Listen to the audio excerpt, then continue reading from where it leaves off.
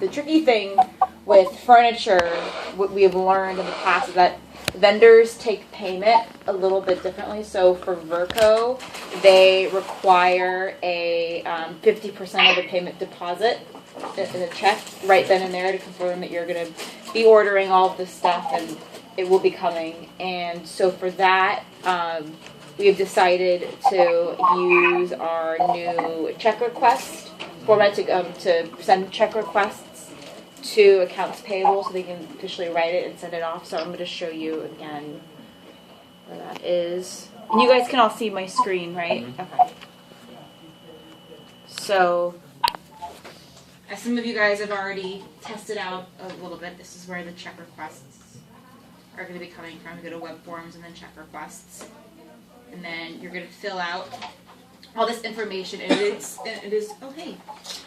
is crucial that you attach the purchase or the quote that the vendor created for you to this attachment and make clear that, like, hey, this is the final quote for purchase order Romo 23. Please process accordingly, and then it will be routed again to your principal and then ultimately to accounts payable to be sent out. But it's crucial that you guys save this document and the invoice and attach it, because otherwise, to like any other check request that we've had in the past, we can't process it. We don't have the actual data. So with that, then does your PO get deleted? It doesn't. That you created, because like from a budget standpoint, it's going to look like you have like these two really big numbers sitting on it. So I'm assuming like we don't want both sitting around. Yeah, it's a fair question. I think the budget numbers are really in there as kind of guidelines and guardrails. So even though it's going to be off a little bit, chances are the initial PO you generate, the amount will be much higher than the actual price paid. It'll just be that one number in the Coupa system, and I think we're comfortable having that number flow all the way through as kind of just your general guideline. You can, if you know that, I got a 30% discount on that. Yeah. It's lower, but unless you guys want the process to be you guys going in and manually adjusting prices, I think we're comfortable with you once that PO is generated and you reach out to the vendor, you get an official quote back. That official quote is what you'll send to your principal through an email to say, hey, this is the final number, please approve, and then you'll just receive against the original PO. Yeah. And you'll have the invoice attached in your records through the check request, so it will, in a sense, be documented in Coupa.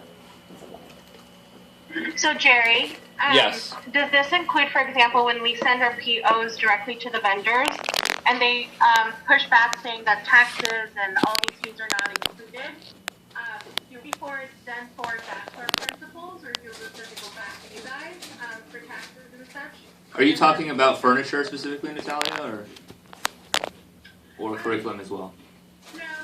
So because sometimes, like what has been happening is that they've been forwarding something back to me saying, hey, your PO does not account for taxes or shipments. And that's extra money. And so, of course, we need to account for that money. Yes. So are we tracking that, or are we going to implement taxes and such in our POs? Yeah, that's a great question. I know for the curriculum budgets, I feel like those numbers had a 20% multiplier or something attached to it already in phase one. So I would... this one might be, let's have this conversation when we get into the free time today, just to clarify this, because I was looking around the table too. Sounds like most of you moms did not get that feedback back, right? You got it from one vendor. You got it back from one. How many vendors was it, Natalia, for you? Was it a lot that came back and said? So it was at least 3 or 4. Okay. That's a really good thing to bring up. Let's tackle that offline in a little bit. I've heard from at least one. The receipt that I showed you that was in a diagonal was one of them too. Cool. So I don't mean to beat the dead horse, guys, but for furniture, this is really, really important because I've made a bet on you guys also that we can go ahead and use this check request form instead of doing a much more tedious manual process with AP which is what AP wants this year for furniture. So let me really quickly finish. So when you guys, particularly with Verco, and we're trying to work right now to get around this 50% prepayment thing because we have a track record with them. But assuming that 50% prepayment stays, it's of critical importance that you guys make sure you include the updated final quote in your check request form to AP. Because what's going to happen is AP will get that request with that number. They'll pay $5,000 on a $10,000 furniture order. And then 3 months later, when things arrive on campus and are delivered, we'll be responsible for paying that balance. If you don't include that original receipt, AP is going to have no idea what did we pay 3 months ago on this order, times 11 schools, times 5 different furniture POs per school. It'll just be a mess, and it'll be something that will probably come back to all the folks in this room to reconcile.